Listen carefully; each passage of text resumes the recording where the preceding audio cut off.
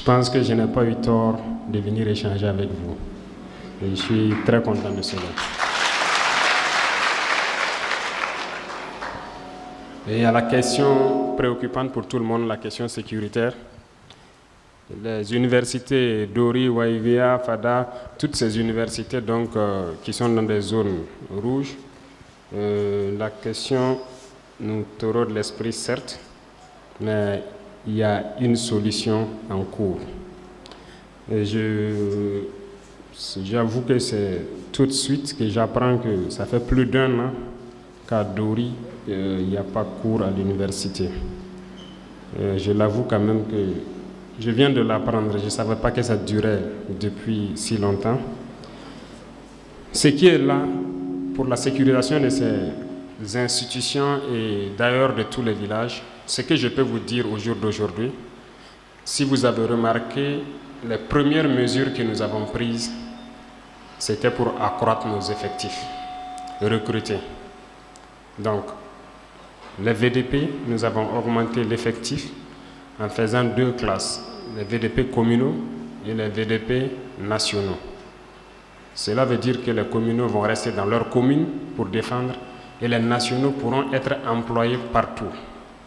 L'idée aussi, c'est de petit à petit convertir les plus jeunes à l'armée après un temps de combat.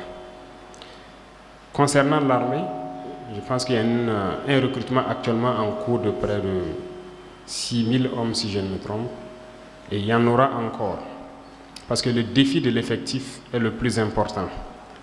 Le combat atteint un niveau où nous ne pouvons plus nous permettre de mettre de petits effectifs sur le terrain. Donc, nous avons accentué les recrutements et les formations sont en cours. Et parallèlement aussi, l'équipement est en cours d'acquisition, de sorte que lorsqu'ils finissent leur formation, ils puissent être immédiatement engagés pour pouvoir venir sécuriser un certain nombre de localités. Donc, la question de la sécurité se résume d'abord à une question d'effectif, une question d'équipement, ce qui est en cours de résolution. Parce qu'un combattant, on ne le forme pas aussi en 2 semaines, 3 semaines. Il faut un minimum de connaissances qu'il doit acquérir pour pouvoir faire face.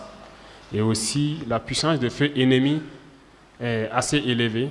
Et nous sommes en train de nous équiper pour répondre au moins 5 à 7 fois plus que sa puissance de feu pour pouvoir dominer avec notre effectif.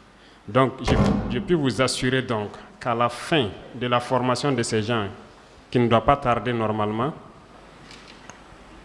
la priorité sera mise donc sur ces villes qui portent donc les universités et aussi avoir de la présence autour des universités pour que vous ne soyez pas affectés encore dans vos activités académiques. Ça sera notre priorité. Et d'ailleurs, pour ce qui concerne Thomas Sankara, la préoccupation a été soulevée déjà par vos cadres et instruction a été donnée déjà au ministre de la Sécurité pour générer une force qui doit immédiatement être déployée là-bas. Concernant Dori et Waibia et les autres centres, vous avez dû remarquer que nous avons redécoupé le territoire parce que nous étions à 3 régions et ça ne permet pas de quadriller efficacement. Nous avons redécoupé et on a créé ce qu'on appelle des groupements de forces. Et je pense que pour ceux qui sont à Dori, ils doivent bientôt constater l'évolution. Waibia également, j'ai même vu une marche avant-hier pour réclamer plus de sécurité. C'est normal. Dans les heures à venir, vous verrez aussi ce qui va se passer autour. Donc actuellement, nous ne pouvons pas détailler toute la stratégie qui est en place, mais le volet tactique, nous sommes en train de tout mettre en œuvre pour que les unités la puissent faire face. Et d'ailleurs, les unités sont en train de, par le cœur qu'ils ont, ils sont en train de prouver quelque chose d'exceptionnel, de faire face avec le minimum qu'ils ont, mais nous mettons tout en œuvre aussi pour qu'ils aient l'équipement nécessaire. Donc, si je peux vous donner une date pour que vous repreniez les cours, je ne peux pas dire à telle date exactement, mais je peux vous dire que d'ici le mois de février, normalement, une vague doit avoir fini sa formation et que nous allons injecter sur le terrain. Ils finissent en fin janvier et en février, ils seront injectés sur le terrain. Et Je ne peux pas dire qu'on commence par Dori ou Waïwia ou Dédougou, ou toutes ces zones sont trucs, mais nous n'allons pas détailler ici le plan, mais nous ferons tout pour que dans les jours à venir, là, vous soyez en sécurité et que vous puissiez retourner et reprendre les cours. C'est ce que je peux vous assurer. Et ça y va de toutes les universités. Concernant la question donc de Nazi Boni, je pense que c'est relatif à toutes les universités. Le nombre de plats qui est insuffisant et les cités avec les PDI aujourd'hui aussi, c'est pas facile, je le reconnais. Et je sais que beaucoup d'étudiants aussi ont des parents déplacés et ça rend difficile la tâche. Voilà. Les parents ne peuvent pas soutenir et c'est vous qui êtes obligés maintenant de soutenir. Je reconnais que tout ça c'est compliqué. Mais le corollaire de tout ça, c'est cette guerre. Et nous devons lutter pour que dans les jours à venir, la température puisse baisser et permettre aux gens de reprendre les activités un peu pour que chacun puisse pouvoir soutenir l'autre. Voilà.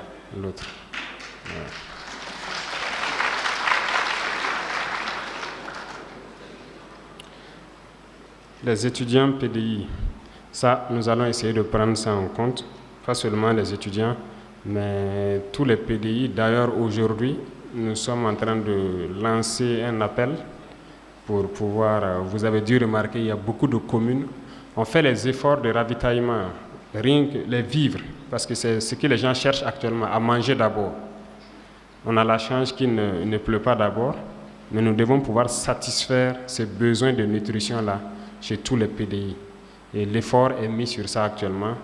On est en train de chercher le maximum de camions possible. Les hommes sont prêts, engagés, surtout quand il s'agit d'emmener à manger auprès des populations. Et ils n'ont aucune fatigue, ils n'ont aucun répit. Et après, nous allons penser aussi à reloger, à redéfinir l'emploi de certains PDI. Et concernant les étudiants, il s'agira pour nous de trouver les moyens pour que ces gens puissent s'insérer dans la société estudiantine et pouvoir reprendre les études. Le défi est énorme, je le reconnais. Et il y a une chancellerie qui me posait la question, quel courage vous avez eu de prendre un tel pays? J'ai dit, c'est ma patrie. Il n'y a pas de courage qui ne va pas la peine.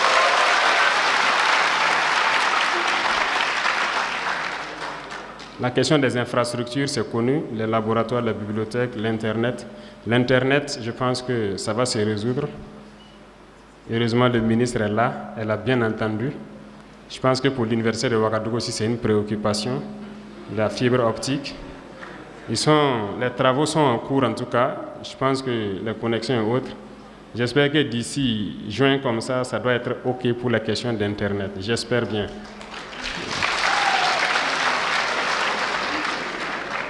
Pour les laboratoires et les autres effets, je discutais dernièrement donc avec un certain nombre de ministres concernant donc nos nouvelles coopérations qu'on veut avec certains pays.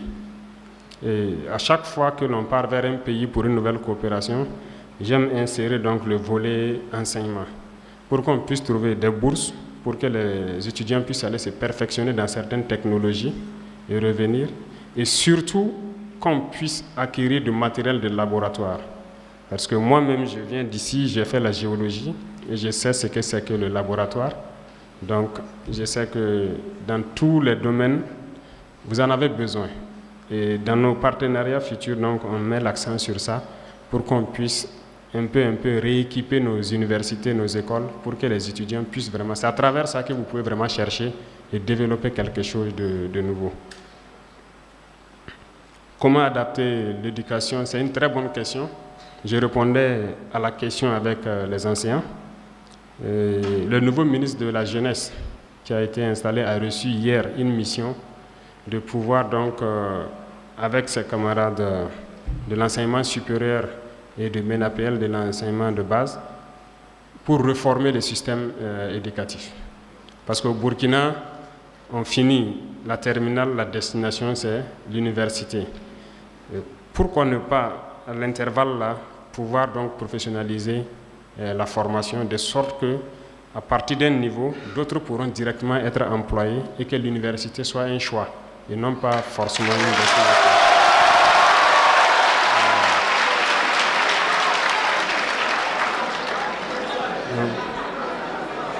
c'est un processus qui a démarré. Il a reçu la mission, donc il va rapidement se mettre à la tâche avec ses autres camarades pour faire ces réformes-là. Concernant l'enrôlement pour être VDP, je suis très ému, très content de voir que nous ne le souhaitons pas, mais j'ai vu dans un pays, donc à un niveau donné de la guerre, ils ont dû fermer les universités, enrôler les étudiants, les former et faire face à la menace. Nous espérons que nous n'arriverons pas à cette situation, mais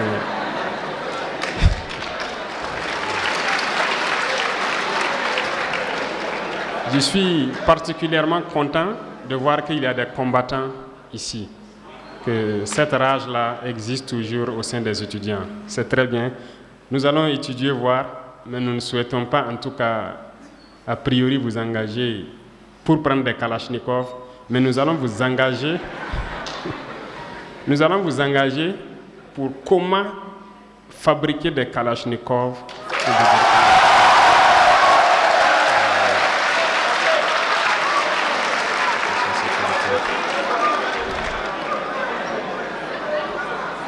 Donc, revenant aux préoccupations donc, de l'université Thomas Sankara, c'est une préoccupation qui a été posée aussi au niveau des enseignants et c'est un truc que j'ai suivi. Je pense qu'en octobre encore, il y a eu un accident mortel sur la voie là.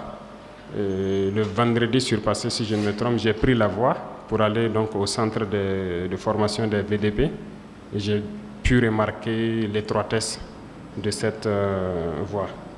Donc, dès cette semaine, je vais voir avec le ministre des Infrastructures qu'est-ce qui peut être fait dans l'urgence pour que la voie redevienne une 2 voies au moins.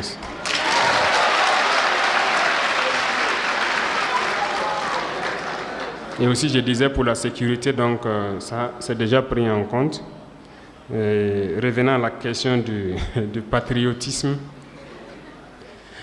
bon, heureusement que ça vient de vous et je souhaite que le patriotisme soit la chose qui vous anime le plus. Rien ne vaut la patrie. Et déjà que cette jeunesse a compris que notre patrie, on ne va jamais se retrouver ailleurs et être chez soi. C'est chez nous ici.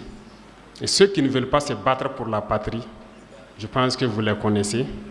Et je ne souhaite pas que vous soyez violents envers eux, mais il faut donc les observer comme ça, continuer à jouer leur jeu, mais nous trouverons les voies et moyens pour aller avec les patriotes vers donc, le rayonnement de notre patrie.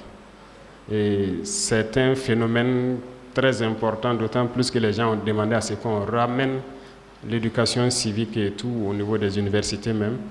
Mais nous trouverons la formule pour en tout cas faire rehausser le niveau de patriotisme de la jeunesse pour que les gens n'emboîtent pas les pas de certaines personnes qui ont vraiment tout perdu. Voilà.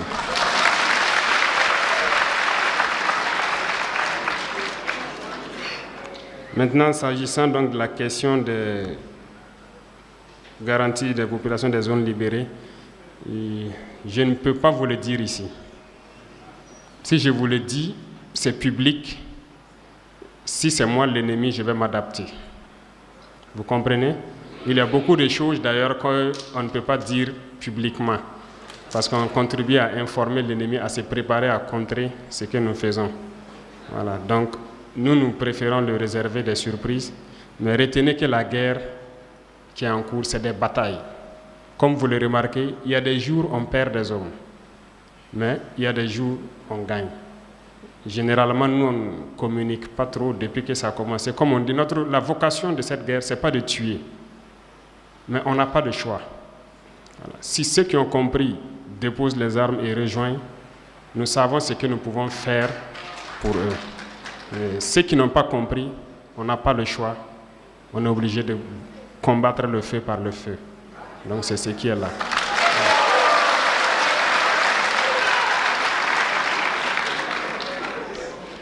La réduction du nombre de partis politiques, je pense qu'il y a une réforme globale en cours. Si nous on ne le fait pas, c'est que ça ne va jamais se faire. Voilà.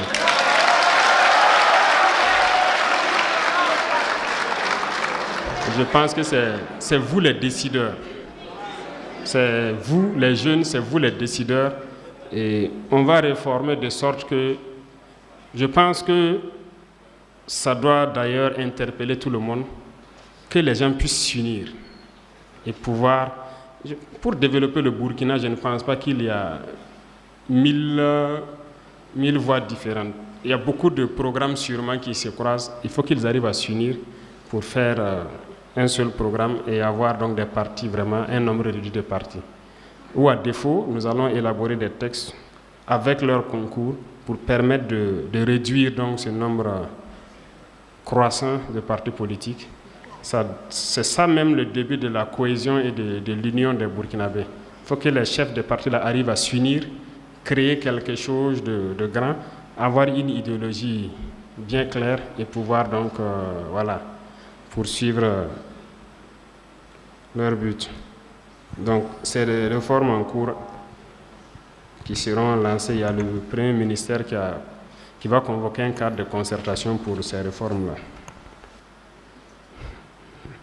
Je regarde sur mes fidèles compagnons. Vous avez bien dit fidèles. Ils sont fidèles. Donc ne vous en faites pas. La particularité entre moi et mes compagnons, c'est que la guerre n'est pas que mauvaise. La guerre est très bien. Ça permet d'unir le combattant. Donc, à travers la guerre, on a vécu beaucoup d'épreuves du feu ensemble. On a vécu la mort ensemble plusieurs fois. Ça unit beaucoup plus que tout. Donc, c'est ça le plus important. Donc, soyez sûrs que on a côtoyé une fois la mort ensemble. Ça, c'est le lien le plus fort qui puisse exister. Ce qui peut facilement faire trahir, c'est l'argent. Et c'est ce volet duquel il faut faire très attention. J'ai une prière souvent que j'aime faire et que je continue de faire, surtout de ma position actuelle. Parce que je ne comprends pas souvent certaines personnes qui n'arrivent pas à aider d'autres. J'aime prier et j'aime dire que si Dieu doit me donner 1 milliard, tout le monde veut l'argent, tout le monde veut la fortune. Voilà pourquoi on cherche à travailler. Mais si Dieu doit me donner 1 milliard de francs et que je ne peux pas donner 50 millions à un jeune pour l'aider à faire quelque chose sans sortir, je prie Dieu qu'il ne me donne pas ce milliard-là.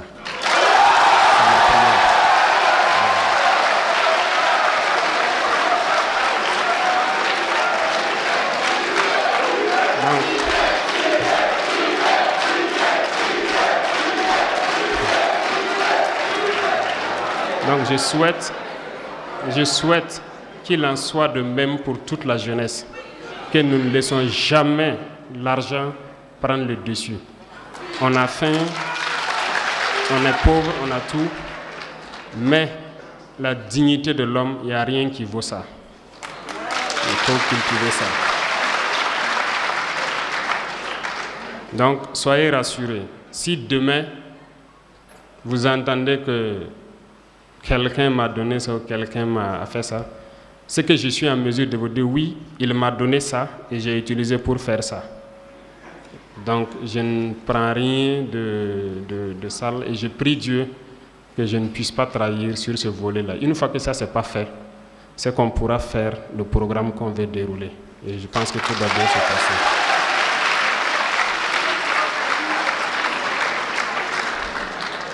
Et j'ajouterai que mes préoccupations majeures, c'est que la jeunesse reste en veille. Parce que le combat pour la souveraineté, c'est un combat de longue haleine. C'est un combat qui demande assez de résistance. Vous voyez déjà beaucoup de choses. Il y a des termes que je ne veux plus dire parce qu'on m'a dit de ne pas le dire, que je vexe. Je ne veux plus vexer quelqu'un parce que je ne souhaite même pas vexer quelqu'un. Mais ce combat pour la souveraineté est engagé. Et c'est tout ce que nous souhaitons pour être souverains.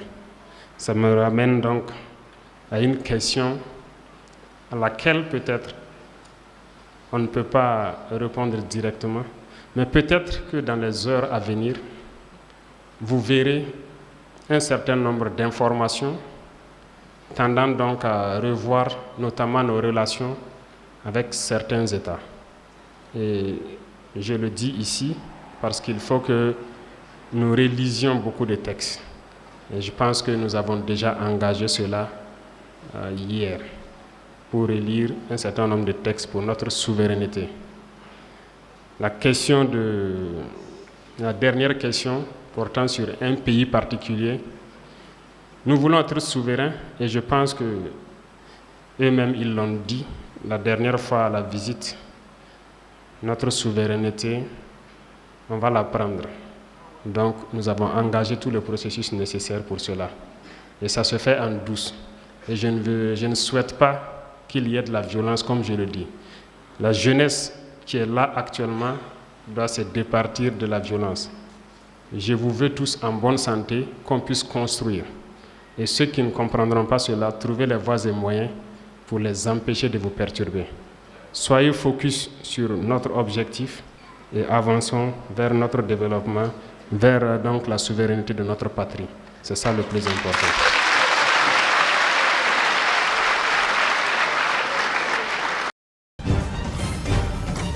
Afrique Média, le monde, c'est nous.